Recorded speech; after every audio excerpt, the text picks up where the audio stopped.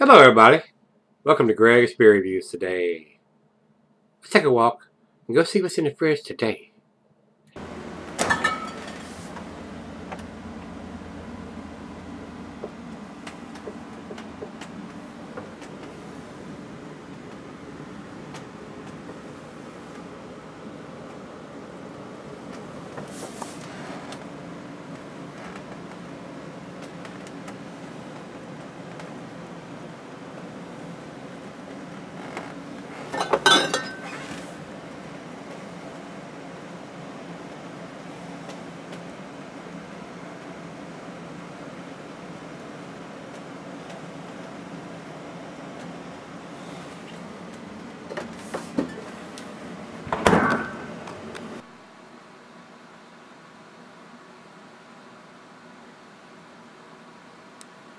Hey everybody, thanks for stopping by Gregsbeerreviews. Today we're going to do us another knee-deep beer like we did yesterday. I told you I was able to pick up 3 different ones when I went through North Carolina, down to North Carolina the other weekend, and I always enjoy their beers. Usually they do some pretty tasty stuff. So this is the second one. We did one yesterday from them. We're going to do another one today. I also have one more in the fridge. We may even do that one tomorrow. I'm not sure yet. I may break it up and do something else. We'll see what happens. Whatever strikes my fancy when I open that door a lot of times is what happens. So this one is their Breaking Bud IPA. And on the front of this one it's got a, I don't know what this demon is supposed to be. Some green looking monster and some kind of damn white jumpsuit. I don't know what this creature is supposed to be on the front. But he's got a glass of beer. It says Breaking Bud. BR and then BU, and it's got 133 and 95 on there. So I don't know what that significance is there. Whether it's, I don't have any idea what that is. Maybe it's on the periodic table or something. I don't have any idea what's going on here. It says here that it is a 6.5% alcohol by volume, and it's got the IBUs here on this one that's listed as 50. So it's got the alcohol, and it's got the IBUs, and it's got the bottled on date, and this one, well, this one is very fresh. This one is 06. The middle number is about smudged off. It looks like 06, 05, 15. So for a beer that's done in California, and here we are in June, I'm reviewing this on the 24th. And it's either 05 or 15. If it's 6/15/15 or the 24th, I mean, this is less than 10 days old and it comes from California. And that's outstandingly quick distribution as far as I'm concerned. And I had one of my subscribers, I have a friend who lives in California that I talk to occasionally, and he was telling me that he had this beer a week or 2 ago. So Rob, I got my hands on one of these. Hopefully you'll see this review. He was the one who told me he had this one, and it was only like 4 or 5 days old when he got his hands on it. But he lives in California, so real easy to get them a little quicker when you're in the state that they're brewed in. So, but being on all the way across the country here in Virginia, a lot of times it's hard to get beers this fresh that far away. So it's got the bottle on date, it's got the IBUs, it's got the ABV. It's got everything that we need to know about an IPA. So the guys at Knee Deep Brewing, thumbs up. Y'all first-rate, first-class operation. Got us all the information, and it's printed on the frickin' label. 2 thumbs up. It's not digitized on a bottle that can be smeared off. It's all on the label, printed on the label. That's the way to do it. That is the way to do it. Everybody else that's not doing that, this is what you need to be doing. This is the prime example of how it should be done. So, to me, I even got the damn cap off of this one, and I'm already impressed with how they do their beers. So, I'm really looking forward to doing this one. So, without me flapping my gums any further, let's see what we got here. I've told you everything we need to know as far as IBUs and ABV. Commercial description.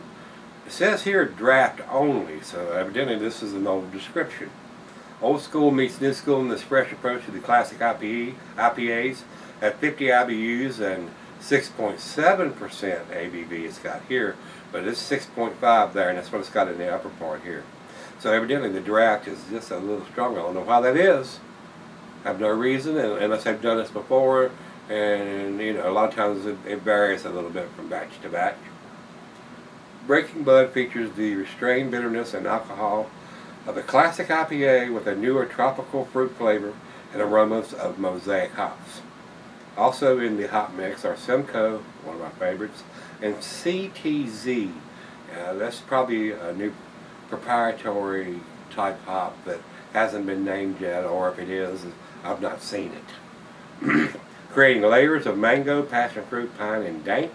A malt bill with a pinch of crystal malt and a healthy dose of flaked wheat, so it's got some wheat in here. Keeps the beer crisp while adding flavor complexity. Cheers to the past, present, and future. So, over to the food pairing. It's going to be your typical IPA food pairing. The cuisine is curried in the Thai. Cheeses are peppery, Monterey pepper jack, sharp blue, cheddar. Your more pungent cheeses, gorgonzola, limburger.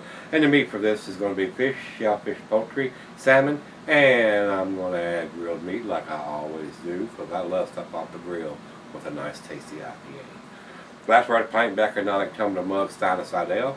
I'm using my favorite beer glass, the Sovereign beer glass that my damn good buddy Mr. Parrish sent me.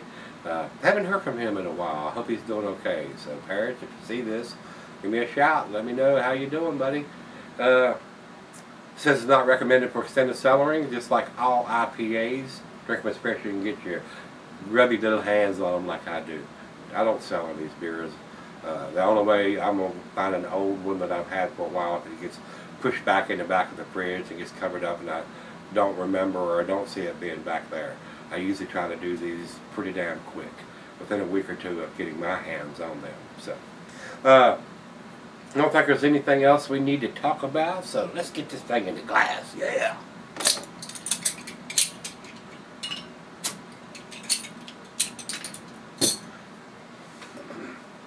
Here we go. I don't want to pour it super aggressive, because I got a feeling it's going to pour a decent head, pouring it down the side. And it did. Yeah, about 2 fingers of head pouring it down the side. You pour this down the center, you're going to have 5 fingers of head. Very carbonated. And this is a lighter color than the pale ale that we did yesterday. Very clear, super clear. And it's almost to the macro lager golden. Very light amber color. And I cannot believe how clear this beer is. It is intensely clear. I can almost read the writing on the light bulb through the beer. That's how clear this beer is. Wow, I'm impressed by how clear this beer is. You can probably see my face through the beer. It's so clear. Wow, impressive. Big soapy bubbles on the side. A little bit tighter in the center there. A little creamier. But they're big soapy bubbles around the outside there from that pour. So let's get a nose on it and see what we got here. Being done this month, I expect this to be super awesome. Oh, different smell. Very different smell. Evidently the CTZ hops that they've used in this is blending it, because I know what Simcoe smells like. And what else does this say here? Simcoe, I think about the Mosaic, Simcoe, and CTZ. I know what Mosaic and Simcoe are like, but the CTZ is throwing me off on the nose here. That's giving it such a dank smell.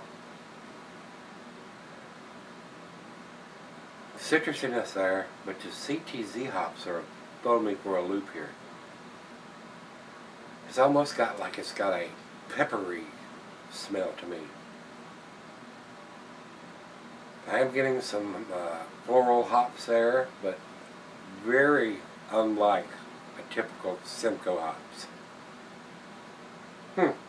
This is throwing me for a loop, guys. Very interesting aroma. Let's give it a taste and see what it tastes like. Cheers.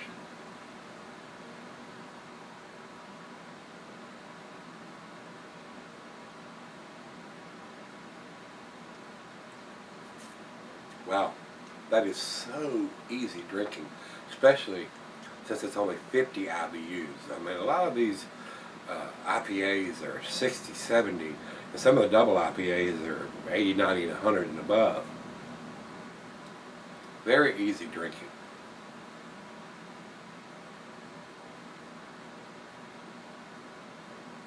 That is so smooth.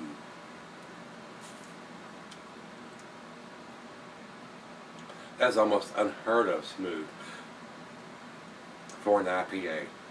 This drinks like a pale ale.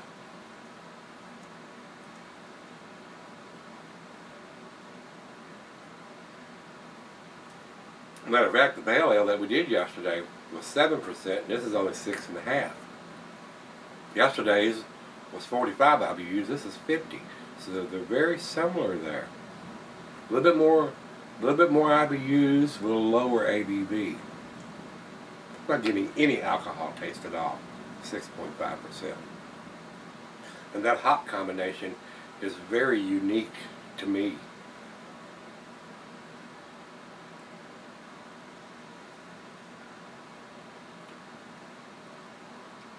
Wow.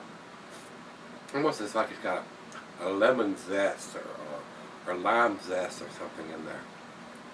Wow. Very nice. Very different to me. I could sit here and drink all of it right in front of me. It's so tasty. Wow.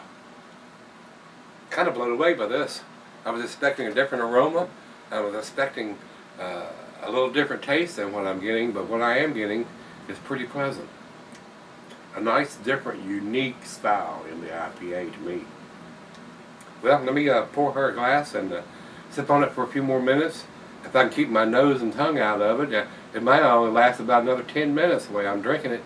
I'll come back and we'll do the final chug grade on this one. I'm liking this. This is pretty damn tasty. Alright guys, I'm back. Got just a little left here. The dankness of this beer is just off the chain. I mean, this is more dank than a Stone Enjoy by. I mean, it's hard to believe, but the combination of hops that they've used in this. And a lot of you've heard me say this, and a lot of reviewers, I mean, it's got that cat pee or cat piss kind of dankness. And everybody says, no, I don't want to drink that. But it does. It is this ultra dank. I mean, it is just off the chain with the dankness. Wow. I really enjoyed this. I really did.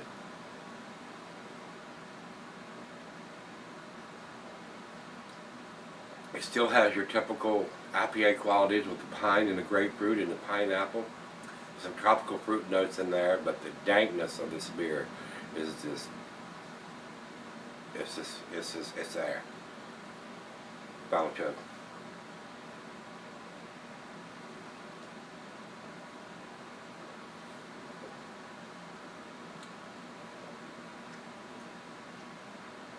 Wow.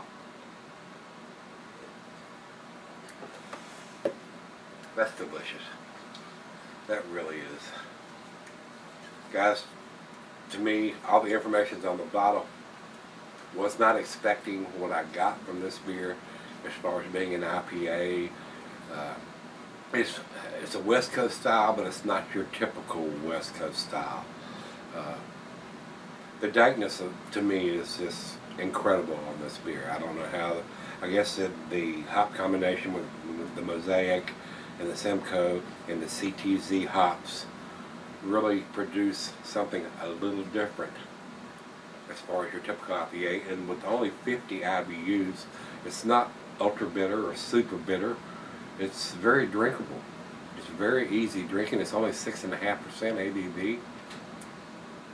It's very nice. It's very nice. 9 out of 10 for me on this one, guys. If I was putting a numeric rating on this, it would probably be 97 or a 98. It's pretty damn tasty. It's pretty awesome. Over to Beer Advocate says 94, which is in their outstanding range. It is an outstanding beer, very well made. Alcohol is non-existent as far as the taste. All the information on the bottle that we need. God almighty, that's 2 thumbs up on that part anyway. Over to Rate Beer. Rate Beer says overall 97 and 97 in the style. That's about exactly where I would put it, 97 or a 98, even a 98 on this one, because of the information they provided on the label. Not digitized on the bottle, can be smeared off. It's all on the label. So, wow. This is so close to a 10, it's not funny. So, and if you told me it was a 10, I would not argue with that one bit. It is pretty damn tasty. So, another winner from Idiot Brewing. So if you've had this one from them, their Breaking Bud IPA, let me know what you think. I thought it was freaking awesome. I thought it was pretty damn tasty. Like I said, 9 out of 10 for me on this one, guys. So if you've had it, let me know what you think, and let's go see if we can dig out an outstanding beer out of the fridge tomorrow. See you then.